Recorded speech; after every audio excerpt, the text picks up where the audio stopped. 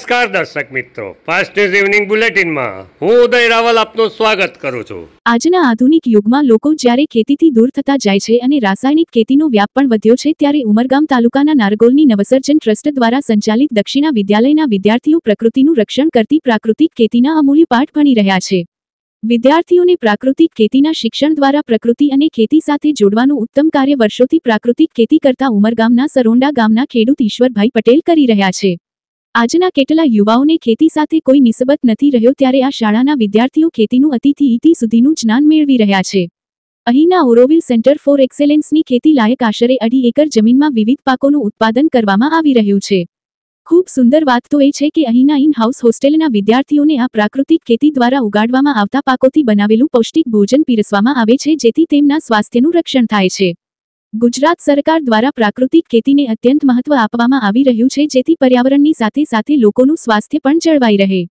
તેથી સરકાર દ્વારા દેશી ગાય આધારિત પ્રાકૃતિક ખેતી કરતા ખેડૂતોને આર્થિક સહાય પણ આપવામાં આવે છે। આ સહાય મેળવતા ખેડૂત ઈશ્વરભાઈ પટેલ વર્ષો પહેલાથી પ્રાકૃતિક ખેતી સાથે જોડાયેલા છે।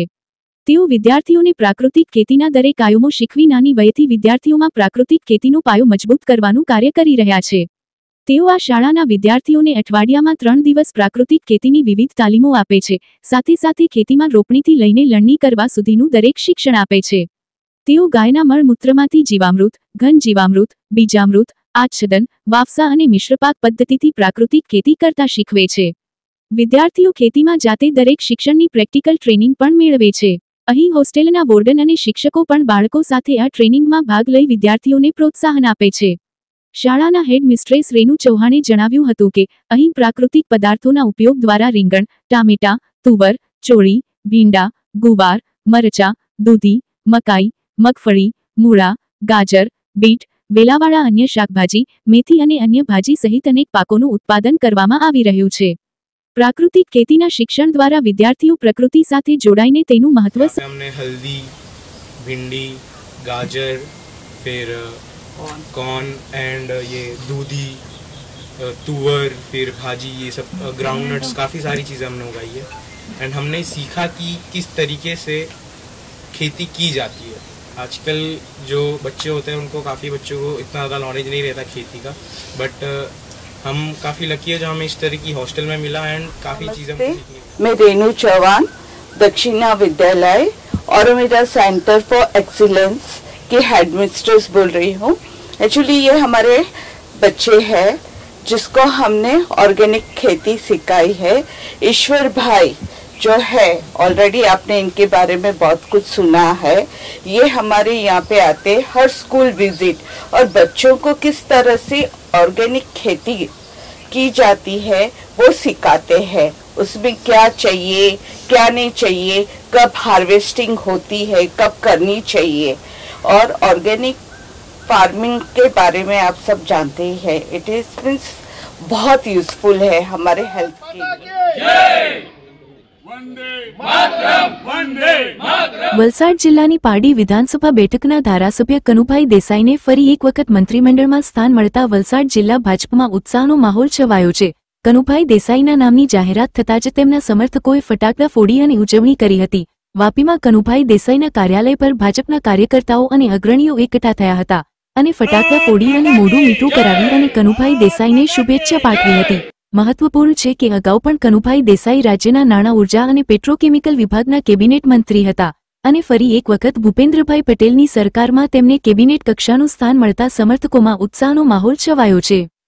વલસાડ નગરપાલિકાની સામાન્ય સભા 17 ઓક્ટોબરના રોજ નગરપાલિકાના સભાગૃહમાં યોજાઈ હતી। આ સભામાં શહેરના વિકાસ કાર્યો અને નગરપાલિકા વિસ્તારમાં ગેરકાયદેસર દબાણના મુદ્દા પર વિસ્તૃત ચર્ચા કરવામાં આવી હતી। સભા દરમિયાન વલસાડ નગરપાલિકાના કર્મચારીઓને દિવાળી નિમિત્તે એડવાન્સ પગાર અને બોનસ ચૂકવવા અંગે નિર્ણય લેવાયો હતો।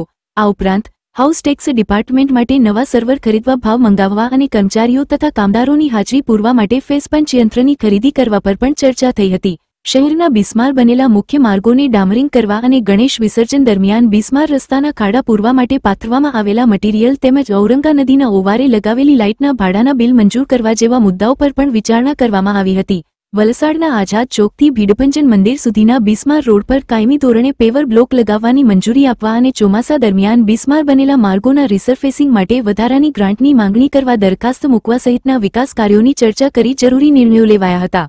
જોકે ગત સામાન્ય સભાના મિનિટ્સના મુદ્દે નગરપાલિકાના સભ્ય જ્યોત્સનાબેને વાંધો ઉઠાવી સભામાંથી વોકઆઉટ કર્યો હતો. અમને 7 દિવસમાં આપવાના હોય છે. એ નગરપાલિકા અધિનિયમ નિયમ પ્રમાણે છે. એ બેન કહે છે કે એવો કોઈ નિયમ નથી. એ બેન ખોટું બોલે છે. નગરપાલિકા અધિનિયમ મુજબ 7 દિવસની અંદર બોર્ડના પાક્કા ઠરાવો આપવાના હોય છે. એ બેને અમને પાક્કા ઠરાવો આપ્યા નથી. અમને 6/9/2025 ના રોજ પાક્કા ઠરાવો આપવામાં આવ્યા. એના માટે મારે એમને જાણ કરવા પડી કે બેન તમે અમને ઠરાવો આપતા નથી અને તમે ખોટા ઠરાવો અંદર લખી દેવ છો તો ભારી અમને પડે છે, ભોગવવાનું અમને આવે છે. કેમ કે પૂરેપૂરી સત્તા જનરલ બોર્ડની છે. એટલે અમે જનરલ બોર્ડમાં અંદર આવતા હોઈએ છીએ સભ્ય તરીકે. એટલે એ તકલીફ અમને પડે છે, બેન અધિકારીને નથી એમના દ્વારા. એના પછી મને 6/9/2025 ના રોજ પાક્કા ઠરાવોની નકલ આપવામાં આવી અને 24 તારીખે હું જ્યારે વહીવટ શાખામાં ગઈ ત્યારે કાર્તિકભાઈ દેસાઈ તેમણે કારોબારીના ઠરાવો ત્યારે લખતા હતા. એટલે કારોબારી ઠરાવ પહેલા લખાઈ જવા જોઈએ. આ ઊંધી પદ્ધતિ એ બેન અપનાવે છે અને અમને કહે છે કે તમે ખોટા છો. બેને કેમેરા મૂક્યા છે એમની કેબિનમાં અને વહીવટ શાખામાં ને એમના ટેબલના બાજુમાં એક સ્વિચ મૂકવામાં આવ્યું છે. હું જ્યારે રજૂઆત કરવા ગઈ બેન પાસે, બેને 10 દિવસ માટે કોઈ અજયભાઈને વાપીથી અહીંયા મૂક્યા હતા આરોગ્ય શાખામાં OS તરીકે મૂક્યા હતા. હું પૂછવા માટે ગઈ કે બેન તમે આ ભાઈને કઈ લેટર આપ્યો છે મૂકવા માટે? તો બેન મને એમ કે બેન થોડા ટાઈમ પછી આવો, હમણાં મને કામ છે.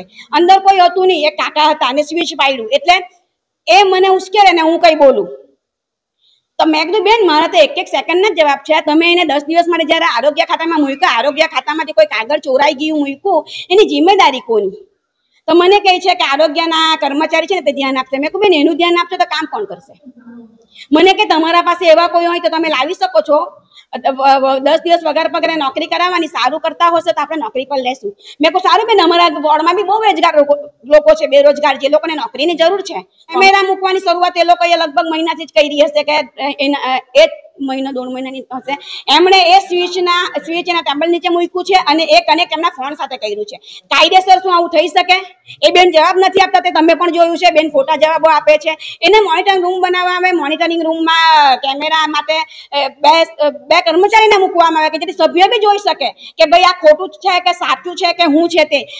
પણ એ બેન ફોનમાં કનેક્ટ કરે કેટલું વ્યાજબી છે અને કાયદેસરનું જો હોય તો બેન મને લેખિતમાં આપે કાયદેસર છે.